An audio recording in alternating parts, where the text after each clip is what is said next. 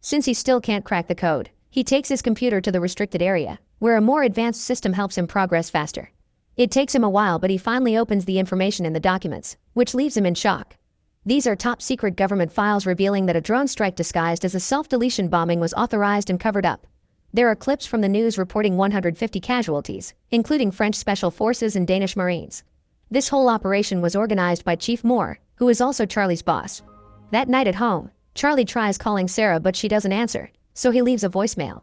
The next day, Charlie arrives at the office and is surprised to find Moore waiting for him.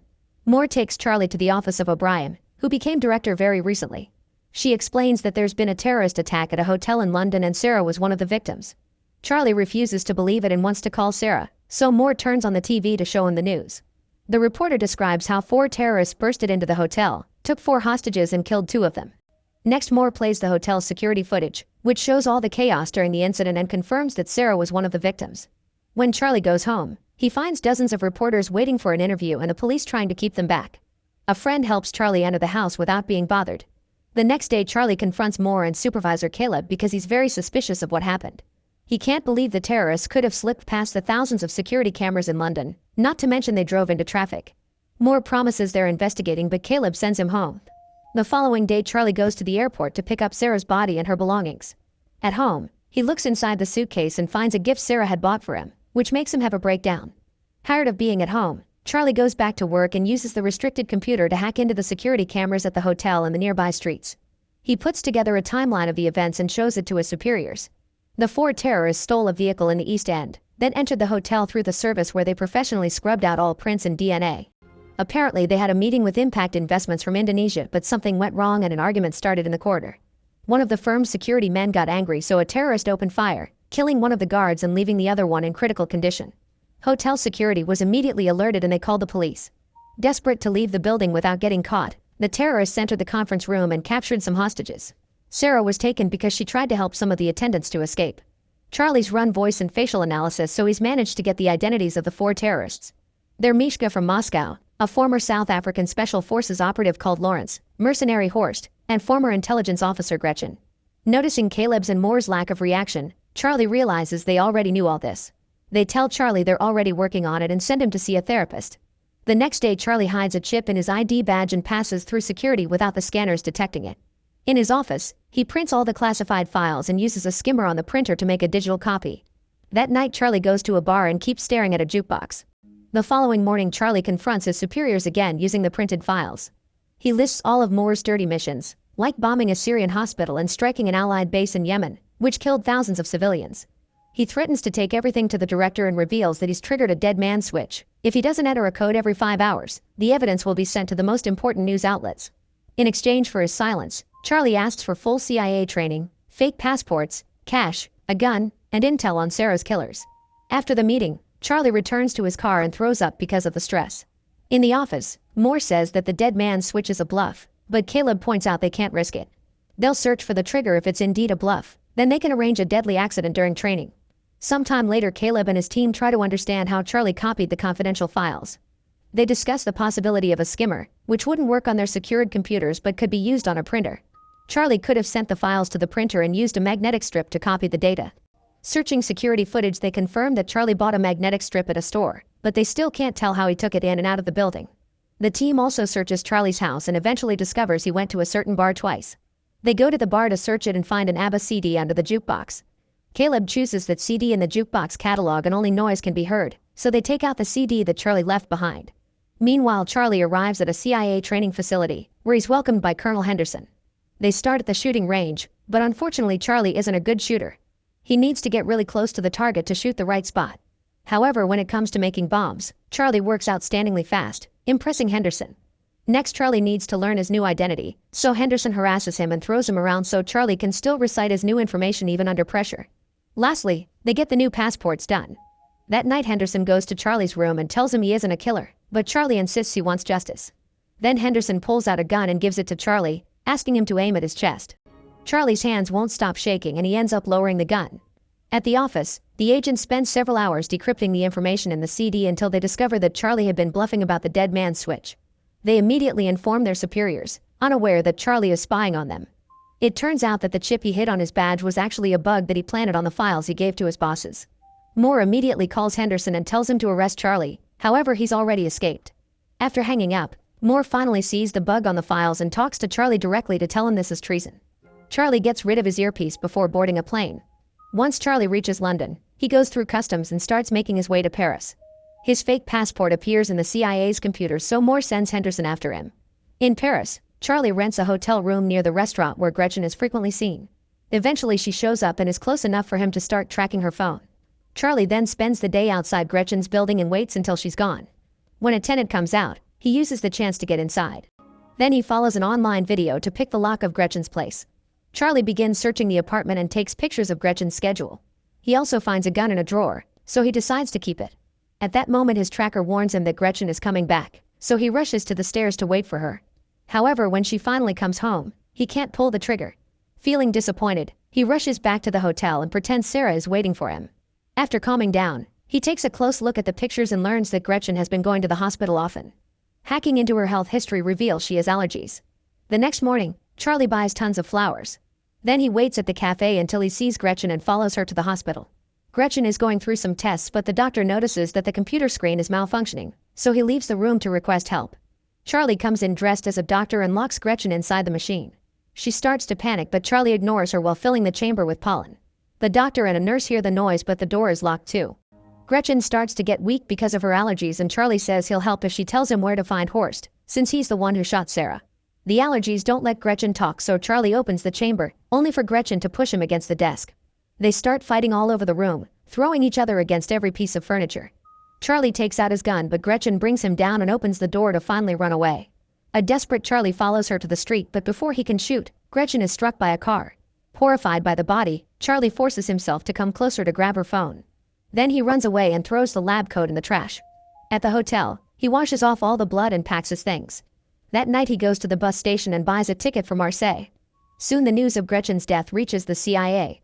O'Brien questions more about this, and he only says that Gretchen appears to have been killed by one of their own. That night Charlie goes to a bar and drinks a lot to drown the guilt he feels over Gretchen's death. He thinks he sees Sarah dancing, but a closer look reveals it's a woman that looks like her.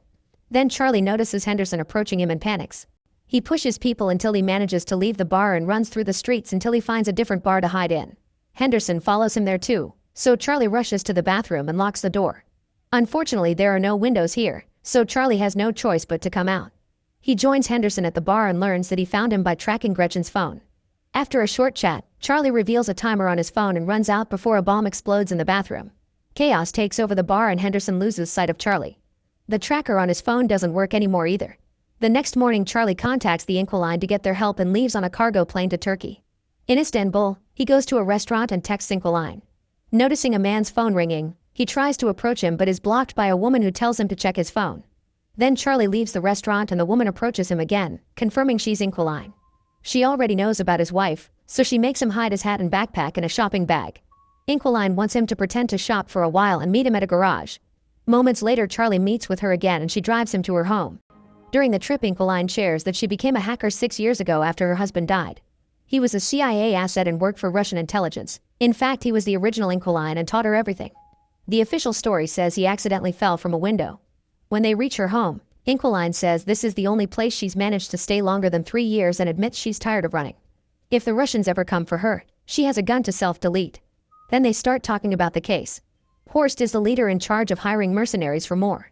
Laurence is an arms dealer, so Inquiline volunteers to pose as an arms seller to contact him.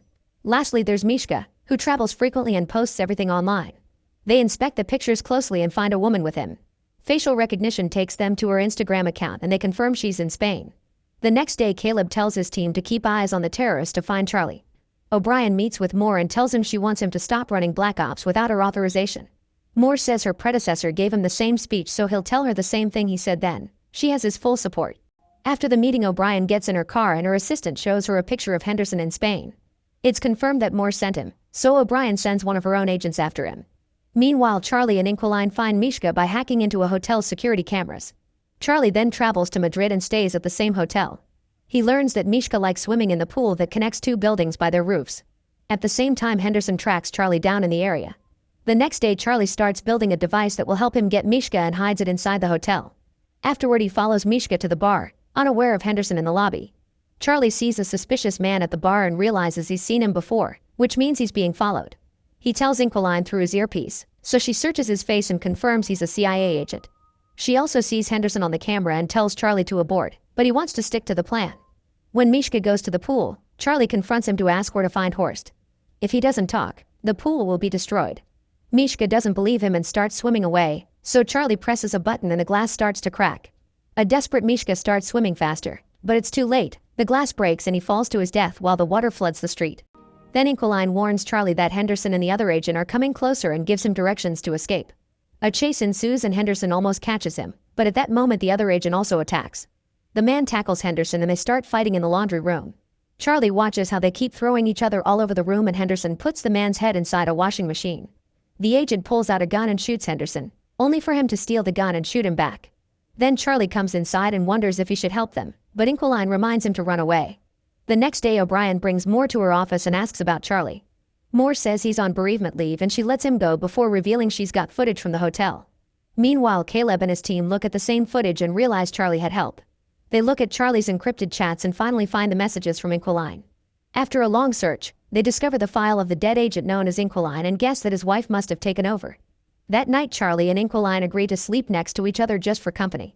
However, they're woken up by Inquiline's bird screeching and they see a bunch of agents approaching on the security cameras. The duo immediately runs through a hidden tunnel in the wall and as they make their way out, Charlie sees a drone in the sky. By sneaking into another building, the duo manages to keep going and leaves the neighborhood right before the agents storm into the house. The computer is already deleting all the files so there's nothing left for them. After running down the beach, the duo gets to Inquiline's car and they're seen by the drone. Soon the agents come after them with open fire, even following them on a boat. After a long chase, the agents manage to damage the car enough to make it stop and Inquiline is mortally wounded. Charlie has no choice but to push the body to the other seat and take over the wheel so he can keep driving until he finally loses his pursuers. Later he leaves the car in the garage and kisses Inquiline goodbye. The next day Charlie contacts Laurence and pretends to be an arms dealer to arrange a meeting. Then Charlie buys new electronics and travels to Romania. In an abandoned building, he records his own face and hacks a security feed in Berlin. Now the CIA thinks he's in Berlin and sends their people there. When Laurence finally arrives, he finds a ringing phone on a chair. Charlie tells him to look inside a box and Laurence finds a bunch of bombs. If he moves, they'll detonate.